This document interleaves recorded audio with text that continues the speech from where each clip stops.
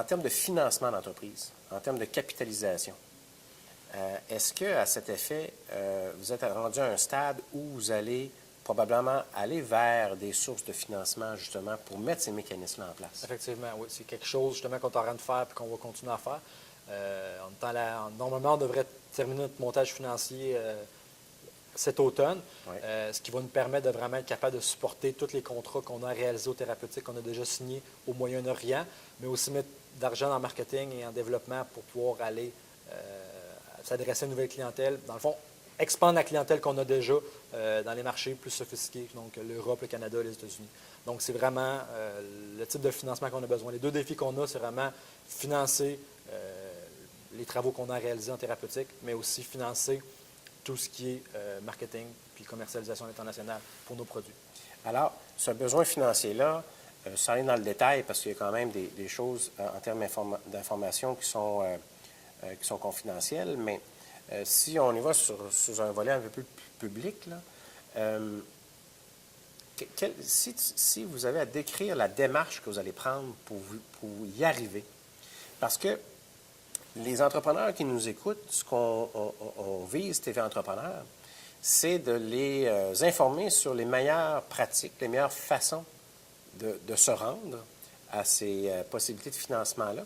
Alors, on aime comprendre de personnes comme toi, François, comment vous avez pensé y arriver. Peut-être que c'est trop tôt pour répondre à la question, mais si je te lançais la question comme ça, avant le vent, là, qu'est-ce que vous faites?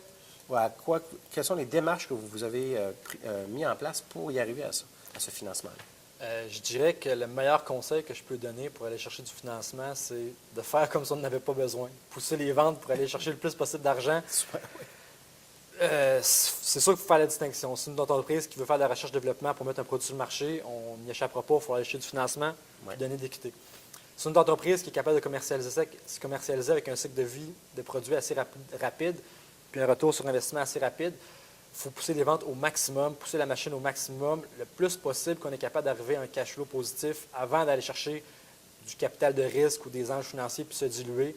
Le mieux c'est pour l'entreprise, puis le mieux c'est pour la direction puis la vision d'entreprise qu'on a du départ. Essentiellement, c'est vraiment le conseil que je peux donner. Donc, essayer d'aller chercher du love money sans qu'il fasse trop mal, puis ensuite de ça, aller vraiment pousser les ventes pour arriver au moins à un cash flow positif avant d'intéresser des VC, parce que sinon, on va en laisser une trop grande partie, puis le rêve qu'on a, puis la vision qu'on a peut aussi s'éteindre avec la dilution qu'on va apporter en termes de capital action. C'est un peu ce que je pourrais donner comme conseil. Alors, dans le fond, ce que j'entends, c'est que vous avez démarré votre entreprise sans avoir un investissement trop important, hein? Dans le sens que vous n'avez pas dilué dès le départ, vous avez financé de votre poche et à part des prêts. Exactement. Et vous avez été capable de vendre rapidement et de vous autofinancer. Effectivement, oui. De conséquemment avoir un cash flow positif, oui, avec un certain niveau de profitabilité. Conséquemment, aller chercher une valeur, oui, hein, une valorisation qui, justement, vous permettra, dans un temps rapproché, et c'est là ton conseil, il dit, écoutez, allez chercher des ventes avant tout et idéalement un profit, avant d'aller tout de suite être vulnérable puis de diluer de façon trop importante. Il dit, vendez. Alors, aujourd'hui, vous avez des ventes, ça va très bien, vous êtes une entreprise solide. Alors, à partir de ce moment-là, tu dis, on est capable d'aller chercher une bonne valorisation. Et non seulement on a une bonne valorisation, mais on a un carnet de commandes. Et tu te sens prêt, dans les prochains mois, à approcher des sociétés d'investissement. Bien, on a déjà commencé, en fait, je dirais. Donc, on est plus en termes de conclusion, en termes de financement. Ce qu'on a trouvé important, c'est vraiment trouver un groupe ou des personnes qui rejoignent un peu la vision qu'on a, qui nous croient, nous autres, qui croient en l'équipe de management, puis qui vont travailler avec nous autres pour nous aider par leur réseau de contacts, puis leur façon qu'ils travaillent, puis la structure un peu que ça peut amener de plus, quoi qu'on a déjà une bonne structure à l'interne.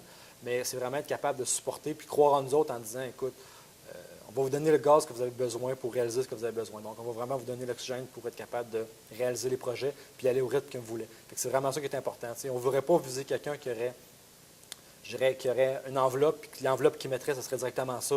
Puis qu'après ça, si on arrive avec d'autres opportunités, il faut continuer à chercher du financement. Ouais. Donc, c'est vraiment, on veut vraiment se concentrer sur l'entreprise, pousser les ventes, pousser le développement amener l'entreprise à un autre niveau, puis plus avoir à se soucier justement à un certain niveau de comment on pourrait réaliser ce financement-là, comment on pourrait faire ci, comment on pourrait faire ce deal-là.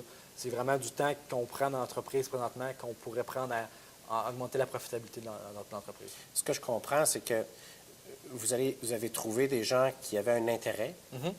Il y avait une synergie entre les humains, les individus, hein, oui. Et que non seulement ils pourraient injecter une somme par rapport à des besoins immédiats ou un futur très rapproché, mais qui vont pouvoir vous suivre dans la capitalisation supplémentaire dans l'éventualité que vous en avez besoin. Alors, c'est des gens qui ont les reins assez solides pour remettre de l'argent dans le temps. Exactement. Il y a ça aussi, mais aussi l'avantage, comme je disais tantôt, quand on est capable d'atteindre un cash flow qui est positif, c'est que non seulement on a besoin, oui, de certaines parties d'équité puis de se diluer, parce que le monde ne mettra jamais l'argent sans prendre un pourcentage en action, mais aussi on est capable d'aller utiliser cet argent-là pour aller faire vraiment un effet de levier avec la banque, auprès de la banque. Les banques sont capables de prêter. Parce que moi, j'ai entendu quelque chose une fois qui m'a fait mal, puis je me suis dit, c'est pas vrai que ça va être mon cas, que la première entreprise qu'on part, c'est pour le VC, puis la deuxième, c'est peut-être pour toi. J'ai entendu ça une fois, puis je me suis dit, je suis pas sûr que c'est ce que je veux réaliser avec cette entreprise-là. Donc, c'est pour ça que la meilleure façon de ne pas le réaliser, c'est de pousser les ventes au maximum. Puis après ça, quand tu as des ventes puis le profit s'en vient, c'est toujours plus facile d'aller attacher du monde que de dire, j'ai un beau rêve, j'ai une belle vision, j'ai une belle équipe, mais je ne l'ai pas prouvé encore. Tout à fait, tout à fait. François Thomas, merci beaucoup pour cette visite et cette entrevue-là. Ça fait plaisir. C'était super intéressant. J'espère qu'on va te revoir bientôt, peut-être dans une couple de mois ou dans 6 mois, 1 an, où est-ce que tu auras eu ton capital, puis nous en parler un peu comment a été la négociation sur la valorisation. Sans problème. Et sur ça, je te souhaite du bon succès. Puis merci Parfait. beaucoup. Bien, merci, Justin. Merci.